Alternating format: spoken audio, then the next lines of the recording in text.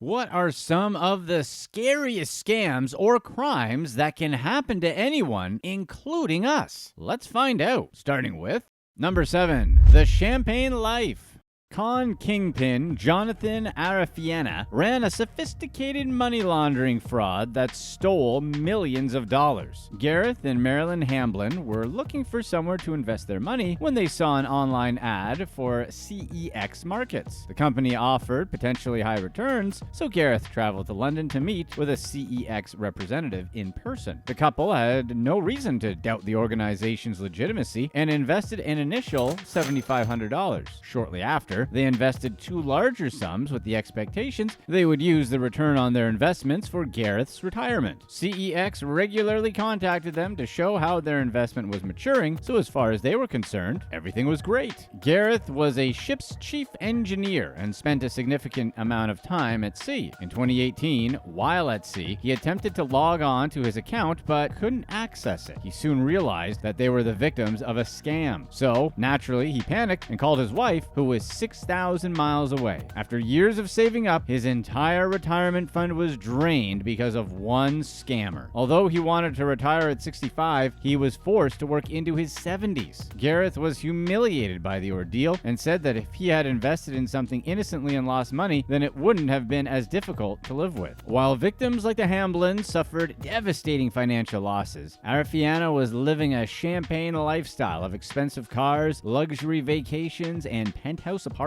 He oversaw the operation, which laundered almost $15 million through dozens of fake accounts, some of which they registered in unknowing victims' names. The scam involved a legion of cold callers who coaxed potential investors into handing over their life savings on the promise of large returns. However, victims never saw their money again and only realized that they were scammed when they were unable to access their accounts. The operation targeted at least 350 people across Britain, some of whom had to declare bankruptcy. Arafiena tried to hide himself by using a series of fake names, such as Christian Ocean and John Mayer, but detectives eventually caught him through his cell phone data and airline passenger manifests, which linked him to the fraud. During his trial, the prosecution revealed that he spent hundreds of thousands of dollars on luxury apartments, Rolls Royces, gold bullion, mortgages, and more. Although the disgraced fraudster expressed his remorse in court, he was found guilty and handed a 2-year suspended prison sentence, which seems pretty light for a guy who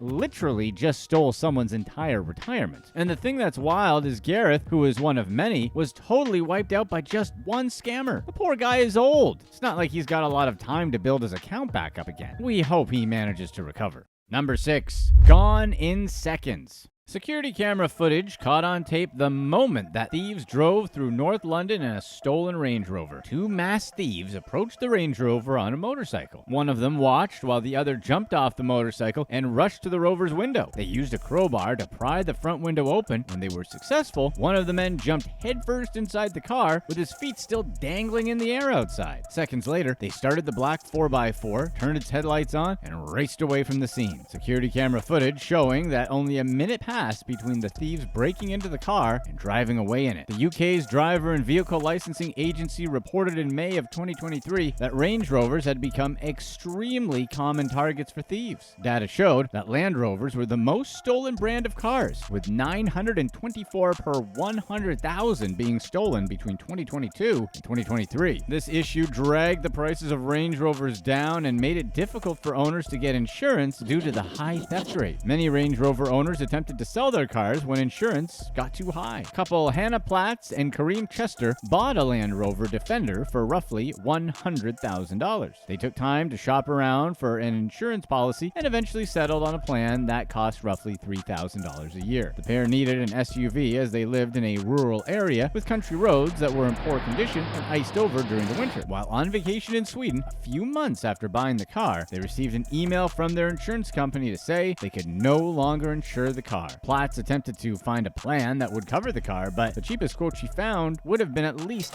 $15,000 a year. She was unwilling to spend more than 10% of the car's value on the policy, so the couple decided to sell the car. However, in order to do so, they had to take a loss of roughly $17,500. According to Auto Trader, the average price of a used Range Rover dropped 9% in the second half of 2023. Part of the problem was a spike in keyless car crime, which became one of the most popular ways for criminals to steal expensive cars. Car brands like Jaguar Land Rover invested millions of dollars to put in measures to prevent keyless entry theft by retrofitting its older models. The Daily Mail also published tips to avoid your keyless cars from being stolen, including keeping the key fob away from your car, investing in extra anti-theft protection, being mindful of where you park your car overnight, and installing a tracking device on your car.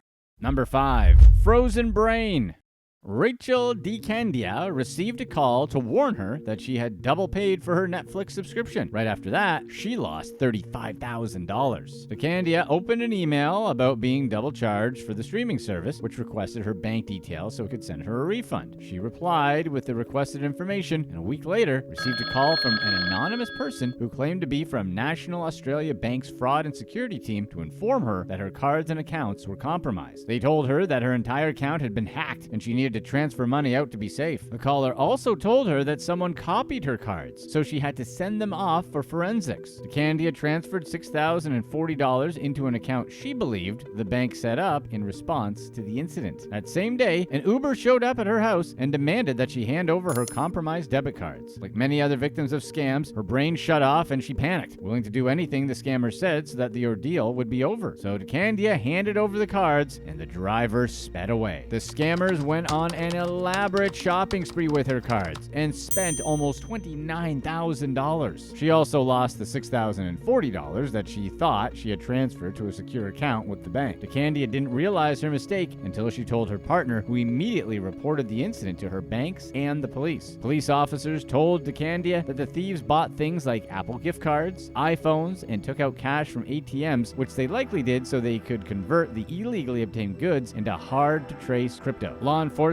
tracked down one of the scammers, and the National Australia Bank recovered $5,000 of the stolen cash. A pretty far cry from the amount taken, but at least it's something. DeCandia was saving up for a down payment on a house and had already applied for a home loan before the scam. However, after losing most of her savings, her dream of owning a home was on hold. Sometimes in stressful situations, our brains just become frozen and we follow all instructions, something that most likely happened to this poor lady. Number 4. Stealing homes. Brooklyn-based Christopher Williams stole an elderly widow's home using fake documents. Williams used fake birth and death certificates to convince the New York City Department of Finance that he was Barbara Matthews' son. Once he had the house's deed, he sold the Jamaica Queens property for $270,000 and pocketed $209,000 in profit from the sale. Matthews had no idea what Williams had done until after the sale. Law enforcement was contacted and police officers arrested Williams. In court, Williams pleaded guilty to first-degree identity theft and offering a false statement for filing. Queens District Attorney Melinda Katz said that her team would use every tool available to them to ensure that the same scam didn't happen again and to help Matthews recoup her losses. Queens Supreme Court Justice Judge Lee Chang granted a motion by the DA's office to apply a state law that restores the stolen property to its rightful owner, which spared Matthews from a long and expensive legal process. Williams was found guilty and sentenced to 2 to 4 years in prison. Remember the days when it was like you really only had to worry about things like your car getting stolen? As if that wasn't a big enough deal. Now you have to worry about someone stealing your house? Strange times indeed.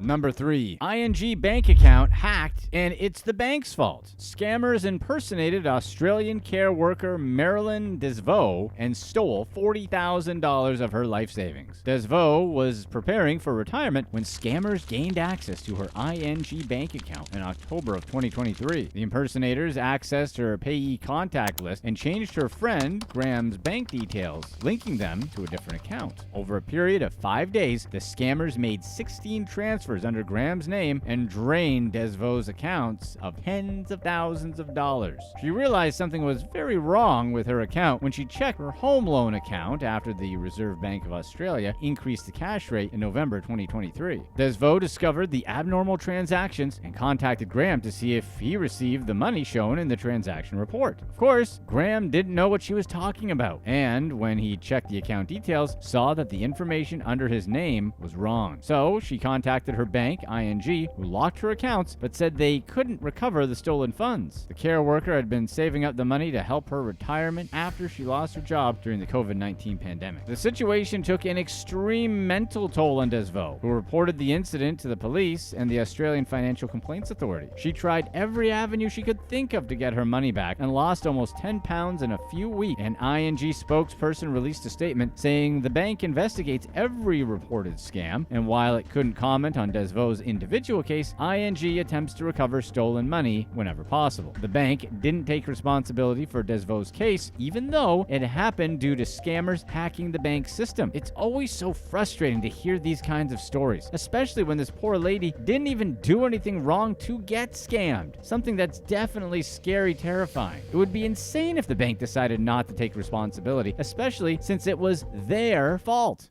Number 2, fake QR codes. An unnamed London man discovered a QR code scam targeting electric car owners in the UK. In a viral video, the man filmed a sign for a Siemens Ubitricity EV charging port. The sign asked people to scan the QR code and follow its instructions to pay to charge their car. However, the man realized that the QR code had been stuck over the legitimate code and peeled away the sticker. He warned anyone using public EV charging ports to watch out for this latest con. He told viewers that the QR codes should be barcodes and that people needed to rub their fingers over them to feel if the sign was legitimate or a sticker. The man also noted that the fake QR codes were black and the legitimate ones were green. The fake QR code would lead victims to a fake site to extract their details, and despite being scammed, would still be liable for the electric charge. As EVs grew in popularity, so did ways to scam their owners. Since many people relied on public charging points in places like grocery stores or fast food restaurant parking lots, it was easy for scammers to con drivers into unknowingly handing over their personal information. Britain's Action Fraud warned consumers against scanning QR codes when possible, and if it was necessary to use one, that they should check the destination site of the QR code. Some details to check for included mistakes or typos, low-quality photos, and insecure URLs. If you don't live in Britain, you might think you're safe from this type of thing, but this could definitely happen anywhere in the world. And for the US, if it's not happening already, it will. If you're enjoying this video, be sure to stay tuned right here to find out how this girl stole super expensive bottles of wine worth hundreds of thousands of dollars, but she had one big problem. Number 1, the wrong account.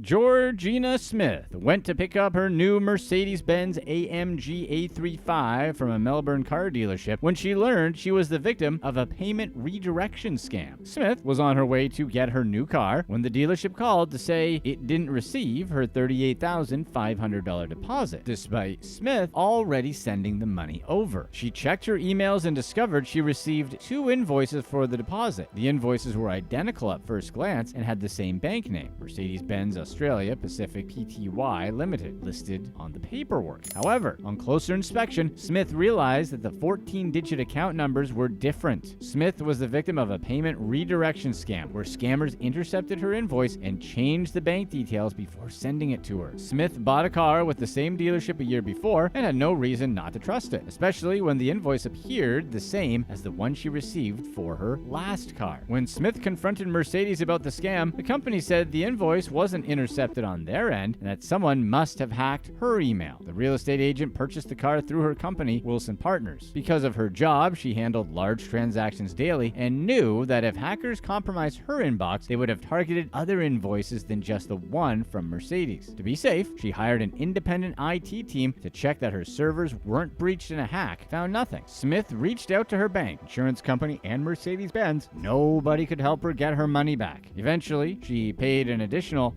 $91,000 to purchase the car, but said she would never purchase another car from Mercedes-Benz again. A Mercedes spokesperson stated that invoice fraud wasn't unique to its industry and highlighted that there was always a risk when there was an exchange of financial information online. Payment redirection scams cost Australians millions of dollars in 2023, and as a successful business person, Smith proved it could happen to anyone, even us. With so many scammers profile rating these days, maybe it makes more sense best to do things in person or have extreme due diligence. Like the old saying goes, an ounce of prevention is worth a pound of cure. What are some of the most hopeless and dumbest scams out there? Let's go ahead and get right into it and start out with number 7. Let's blow $1 million. The ringleader of a hacking scheme bought a woman's bank details and used her data to drain her account out of her life savings. Rilwan Oshadi spent $3,800 of Karen Boudreaux's account details and gained access to her $1.2 million life savings. Tamir Abdulhamid, an Egyptian hacker, convinced Boudreaux to give him the details of her Santander account as part of a phishing scam. Once he had her information, he sold it to Oshodi. Oshodi's girlfriend, Annette Jabeth, withdrew Boudreaux's savings while pretending to be Boudreaux. In January 2012, they went on a 3-day shopping spree, spending Boudreaux's money on top-of-the-line computers, expensive bottles of champagne, and obviously, cheeseburgers. Oshodi also spent $1,400 on taxis, gold, and an iPhone. He even took a picture of Nigerian cash sandwiched between 2 slices of bread, likely when he realized it was cheaper to eat that way than to go to Five Guys. But Oshodi claimed he couldn't even afford his lawyers when the time came to pay the money back. Authorities found out about the crime and arrested Oshodi. He faced 2 counts of conspiracy to defraud and conspiracy to conceal property. In 2013, he received an 8-year sentence after being found guilty of all charges. During his trial, Oshodi claimed he never made any money from the scam. The judge didn't believe him, considering he'd literally cleaned out a bank account. The judge suspected Oshodi had likely hidden assets overseas. In the scam, Oshodi made roughly $1.15 million, and the judge ordered him to repay the entire sum within 6 months. If he couldn't pay, he would face 4 more years of jail time. Abdulhamid also received a 6-year sentence after admitting to 3 counts of conspiracy to defraud, but was ordered to pay back only $825 of the $89,000 he made. Not a bad rate. When authorities raided Oshodi's home, they found the details of 11,000 credit cards, 8,500 of which came from UK customers. Santander repaid Boudreaux in full for the money she lost, although she admitted to feeling traumatized and violated over the whole ordeal. Oshodi's girlfriend and 5 others were also jailed for their involvement in the scheme. Number 6. Don't forget the cheese. In 2021, an unnamed pair of thieves stole 45 bottles of wine, including a bottle worth $537,815 from an upscale restaurant and hotel complex in Spain. Atrio, a 2 Michigan-star restaurant and hotel complex, housed 40,000 bottles in its cellar. Among them were rare and hard-to-find bottles that the owners had accumulated. For their heist, the couple presented themselves as refined vacationers staying at the hotel. After they had finished their meal, they asked the front desk clerk for more food. While he was in the kitchen, one of the suspects snuck into the cellar. The pair then checked out in the early morning, taking bags full of bottles on their way out. The bottles in their stash included an 1806 Chateau de Yquem and at least 6 19th century bottles from Romani Conti, an exclusive winemaker in the Burgundy region of France. They only took irreplaceable bottles, making it evident that they were working on behalf of a private wine collector. The wines couldn't be sold on the open market since they are very traceable. Centuries-old wines are hot commodities amongst wine collectors. Atrio's co-owner and sommelier, Jose Polo, even said he would buy back the collection from the robbers. The bottles they stole were worth over 1 million euros. If the thieves wanted to make money on the bottles they stole, they might have taken him up on his offer. Vintages as old as the ones they took would be challenging to sell as they were all numbered. Of course, while selling the bottles might have been difficult, it wouldn't be impossible. One way would be to slip them into a larger collection that's being sold and then hide their provenance amongst similar bottles. A buyer that isn't well prepared may not notice. Atrio insured their collection, but they were far more concerned with losing irreplaceable wines than they were about the money, leaving the owners devastated. 9 months later, Croatian border guards recognized the couple and arrested them on their way to Montenegro. Spanish police teamed with authorities in the Netherlands, Croatia, and Romania and involved Interpol in catching the pair. Their identities hadn't been identified pending formal charges being filed. The stolen wine was not recovered, but an ongoing investigation was in place to find it. Authorities did a great job apprehending the pair. Number 5. Snapchat Me That.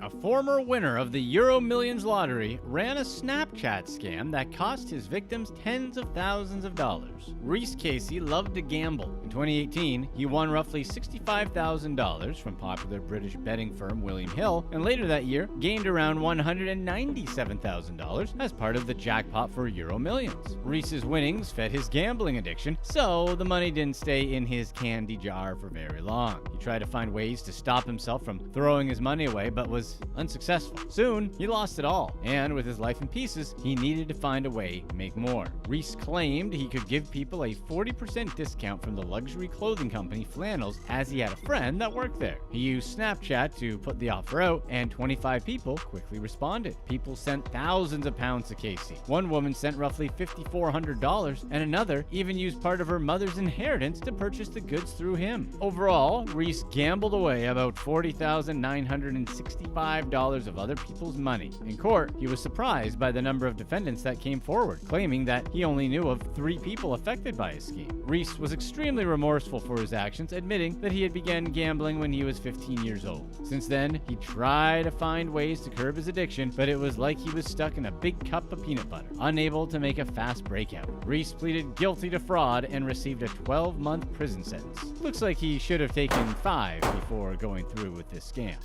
Number 4. Orchestrated.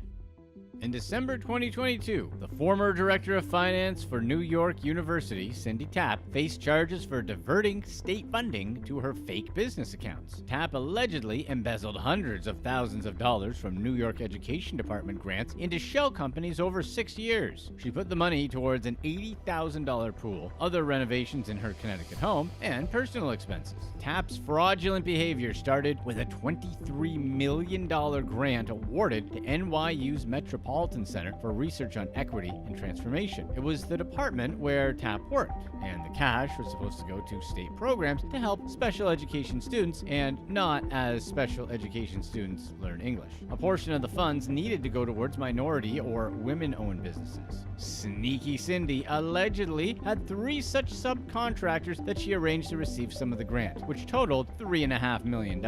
From there, Tapp allegedly faked invoices to be signed, each on a company letterhead. This allowed her to funnel most of the cash to the 2 shell companies she created for her scheme. In 2018, a program director at the university confronted Tapp about the payments. Tapp responded by cryptically saying that she had strong working relationships with the companies listed and that she couldn't find any other companies that offered the same services with the price. NYU reported the theft, which eventually found its way to the district attorney. The education community was outraged when services that were supposed to go to multilingual learners and students with disabilities were instead likely put towards Tapp's home. Tapp diverted over $660,000 in state funds to her shell companies. During her hearing in the Manhattan Supreme Court, she pleaded not guilty to her long list of charges, which included money laundering, grand larceny, offering a false instrument, and falsifying business records. Number 3. Tinder date gone wrong. A man was robbed of thousands of dollars when he went to meet his Tinder date at a hotel. The victim matched with a woman named Sonia on Tinder and planned to meet her at the Embassy Suites Hotel in Phoenix. Sure, he was totally there for a date. When he arrived, an extra person apparently also wanted to be on the date and welcomed him into the room with a gun. Jose Sandoval Yaquez, along with Crystal Hulsey, pointed the gun at the man who was probably there to read Bible verses and forced him to hand over his cell phone and other belongings. Yaquez made the victim give up his ID cards, PIN codes, bank account, and social media information. They took the victim outside and made him drive them to a Chase bank. While in the car, they kept the gun pointed at his head and gave instructions to withdraw $900 from Chase Bank from the drive-thru. At that point, they had already taken $3,000 from his account. However, police caught on to the easily identified couple because they had used their real names when checking into the hotel and pulling money from the victim's account. The couple then stole his car and drove it from Phoenix to California and then to Las Vegas. Yaquez and Halsey caught the attention of police officers when they reached Las Vegas, who pulled them over. After a brief chase, the couple ditched the car and fled on foot, evading the police and somehow catching a ride back to Phoenix. When the victim's car was found, it had the gun inside. Phoenix police found an escort ad that matched Halsey's number and arranged to meet the woman. She arrived in her car with Yaquez, but when police tried to arrest them, they escaped again. Officers followed them, and during the high-speed chase, they carjacked another car and attempted to flee again. The couple should have known that after playing GTA that once the police have 5 stars, you're not getting away. Eventually, they collided with another vehicle, having been driving on the wrong side of the highway. They tried again to steal another car, but the police caught them and took them into custody. They were arrested in October 2022 and both faced serious charges. Number 2. Show me the invoice. Private jet travel broker William Boos was believed to have stolen more than $4 million from his clients. Boos worked with high-profile clients, including a big Apple TV journalist and a major international consulting firm. Boos was responsible for booking flights on behalf of his clients, although he found a way to make a little extra money at their expense. Between 2017 and 2020, Boos allegedly charged clients for flights they didn't request or take and charged other clients for flights they'd already paid for or taken. Over a 3-year period, Boos charged over $3 million to an international consulting firm's American Express credit card for flights the firm's employees never took or requested. He charged unauthorized charter flights to a Manhattan art gallery's American Express account. The gallery saw the travel charges, but Boos told them it was an error and that he would send them a refund. Boos then sent the gallery 24 documents that showed the refunds into the account, but they were phony baloney. A big Apple-based TV reporter was allegedly scammed out of $63,000 after Boos sent 2 fraudulent contracts to the journalist to the private charter plane company that he brokered for a flight. In November 2022, Boos' scheme came crashing down when he was arrested and pleaded not guilty to grand larceny that's apparently quite spectacular, and criminal possession of a forged instrument. He posted his $500,000 bail and will appear in court in March 2023.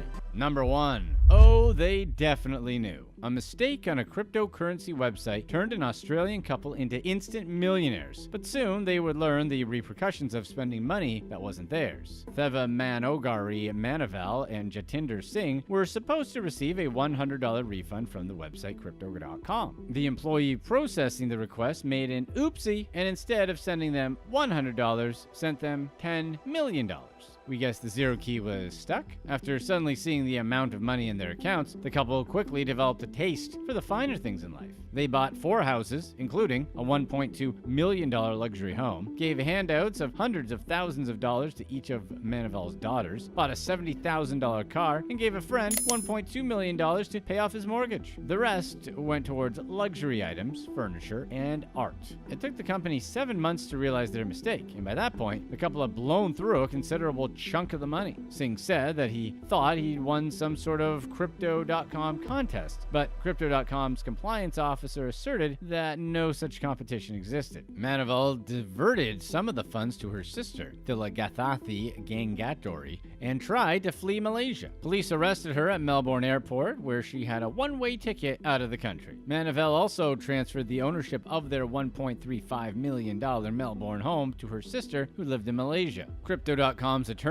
tried to serve Gangadori freezing orders, but were unsuccessful. She never responded to their emails, and the only communication they had was with Manaval's lawyers, who sent an email response to say they received the orders. They told Crypto.com that Gangadori would be looking for legal counsel instead. Crypto.com won a default judgment that ordered her to sell the property immediately. The money from the sale would go to Crypto.com and an additional $27,369 in interest. Manaval and Singh faced charges of theft, and Manaval faced the additional charge of negligently dealing with the proceeds of crime. Both pleaded not guilty, and the judge sent their case to trial. They will appear in court again in March 2023. Crypto.com also took civil action against Manaval in the Supreme Court. She has only paid back a portion of the money she stole, with $3 million still missing. Click to watch one of these next videos. Let us know in the comment section what you'd rather have right now to own for the next 5 years. $1 million worth of Bitcoin or $1 million worth of Ethereum.